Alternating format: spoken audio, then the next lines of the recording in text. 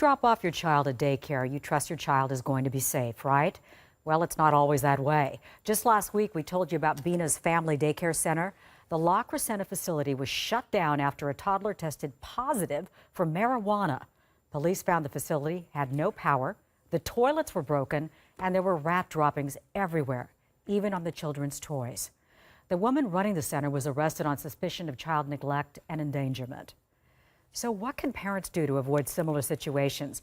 Joining me right now with advice on picking the right daycare is Dr. Lauren Crosby from Lapeer Pediatrics in Beverly Hills. Thank you so much for being here today, Doctor.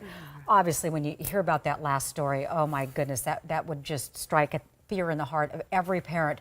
What exactly can you do to avoid it? The number one thing. Number one thing is you have to do your homework. So you should start early. If you know you're going to be needing daycare, give yourself at least 6 months to do some research and to find the right place. Because you want to think about where you want it, how much you want to pay, how much time you need, and there may be a wait list. So sometimes you even need longer than that. So it's important to know, what you're looking for, and then you need to go online and you want to see if they're licensed. Once you pick your place, do they have a license?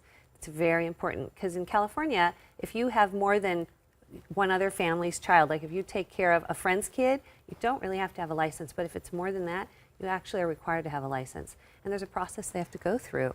And they're supposed to have people coming in and checking. So I'm not sure what happened at this place. Right. And I don't see how parents didn't see it unless she was either greeting them at the door and they never went inside. So you have to go in and spend time there. Right. And I would think you'd be able to check on the history of the center too, right? Yes, and that's also all online if there have been complaints, if they've had warnings, if they were ever shut down. So you really have to look for that. But you have to spend time there, and they say at least an hour observing, and then the other thing is to go in unannounced. Right. Show up when they don't expect you and hang out too. You want to make sure that the kids are happy and that it's clean. You want to really look for these things. A red flag would be if they don't allow you to come in. Yeah, well, that's why I think that's really important. Is this place? I just feel like no one must have gone inside. So right. It's frightening. And the hygiene's important and safety's important. Is the yard fenced? Is there standing water anywhere? Is there a pool? How do they change the diapers? Does someone always have a hand on the baby? What do they do with the soiled diapers?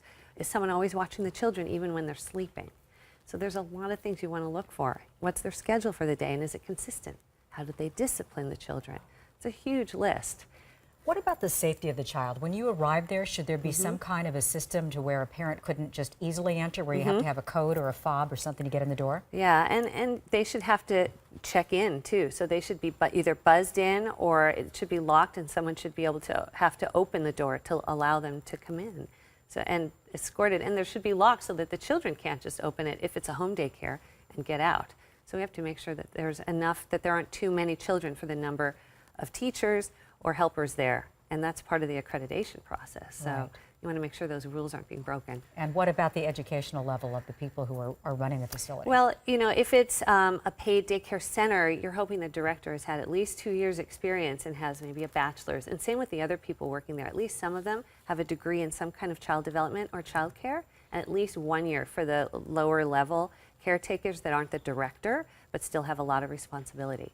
So right. At least that too. You've got to really spend some time on it. I think that's the most important thing. Nothing more precious than your child. Yes, Thank absolutely. you, Dr. Lauren Crosby. We appreciate your time.